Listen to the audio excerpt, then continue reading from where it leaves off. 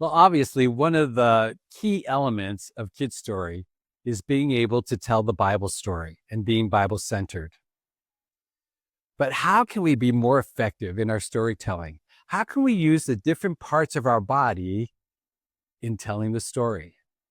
Well, that's what I'd like to explore with you here today on this edition of Kid Story Quick Tips.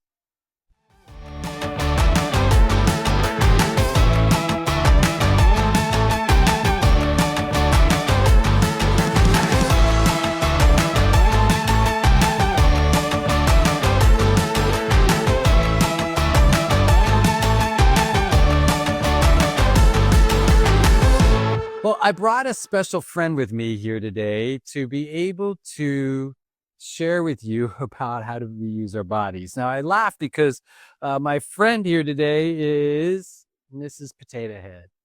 Now, how can we use Mrs. Potato Head? Well, we're going to put on different parts of the body to illustrate the different ways that we can use that in order to tell the Bible story. Well, one of the first things are our feet. Being able to move around. We talk about that in our Kid Story workshop, is being able to move around amongst the children and your audience so that you're not just planted in one spot, but you can actually move them in the audience. You can move up to a child and move around and being able to go from one side of the room to the other as you're talking about different scenes in the story. So don't be afraid to use your feet and to be able to move around. How about your eyes? Well, your eyes give expression. You're surprised. You're sad. You're happy. You're confused. Use your eyes. Use expressions when telling the Bible story. Now, here's kind of a unique one, but use your nose. Your nose.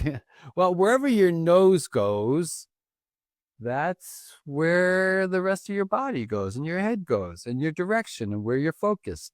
And so it's really important that you stay focused on the kids, wherever they might be seated at your audience, no matter where they are. Use your nose to be able to direct your direction of focus onto the kids. Of course, then we have our lips.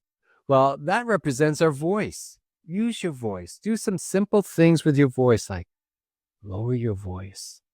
Go softly and slowly. Builds wonderment. Or maybe it's high pitched and it's fast and you're excited and there's something about to happen. Use your voice. Even the pause, not even using your voice, just pause. Be still. Makes kids think and wonder. So use your voice. Your ears, listen. Listen to what the kids are saying and how they're responding. Listen to your own voice. It might even be use sound effects that they could hear and experience being involved in the story. So our ears are part of storytelling as well. Let me see if I can get these guys in.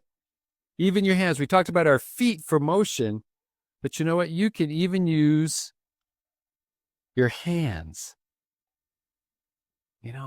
I know when I tell the story of Jesus blesses the children, I'll go up to several kids and lightly press my hand on their heads and bless them as I'm telling the story.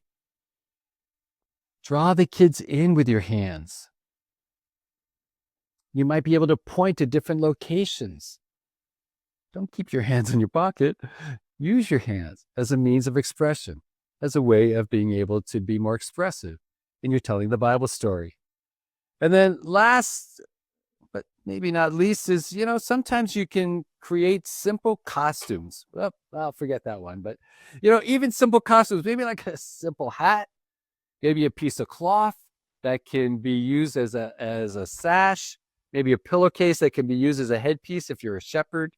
Something simple. It doesn't have to be big and elaborate, but something that draws attention. The kids all of a sudden notice that something's different when you put on some kind of simple costume. And so here we have it.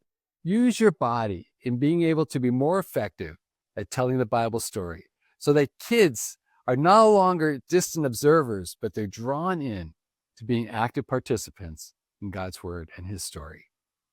Thank you for joining us here today on Kid Story Quick Tips. We'll see you again. God bless you.